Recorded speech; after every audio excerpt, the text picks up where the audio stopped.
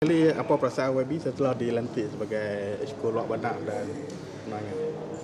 Saya ingin mengucapkan jutaan terima kasihlah kepada Yang Amat Berhormat Datuk Paduka Mukhriz Tuan Mahathir selaku Menteri Besar Kedah yang telah memberi kepercayaan kepada saya untuk menerajui Exco Kerajaan Negeri, iaitu di bawah portfolio penerangan, luar bandar dan juga basmi kemiskinan. Berkenaan dengan Exco atau portfolio penerangan ini adalah satu tanggungjawab yang besar yang saya perlu pikul, dan saya akan bekerjasama dengan semua media, maksudlah media elektronik, cetak dan juga media baru, untuk kita nak menyampaikan mesej maklumat kepada rakyat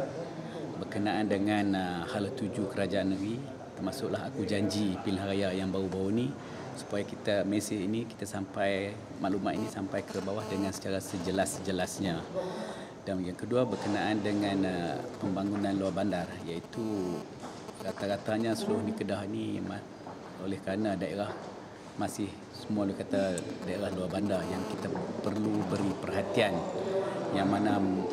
dari segi kemudahan asas, prasarana dan juga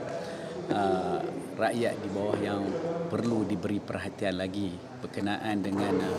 penempatan mereka, berkenaan dengan peluang pekerjaan dan juga ekonomi mereka. Dan hari ini pun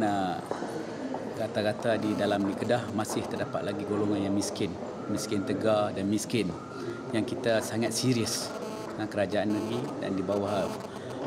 portfolio saya kita kena mengambil maklumat dan database mereka ini seluruh negeri Kedah tanpa mengira agama dan kaum, yang mana kita akan buat satu plan tindakan secara berperingkat-peringkat untuk menyelesaikan masalah kemiskinan dalam negeri Kedah ini. Saya yakin dan percaya di bawah kepimpinan Yang Amat Berhormat Datuk Paduka Mukhriz selaku Menteri Besar Kedah ini, yang mempunyai hala tuju yang jelas, dan sama-samalah kita berganding bahu untuk membangunkan negeri Kedah yang kita sayang ini.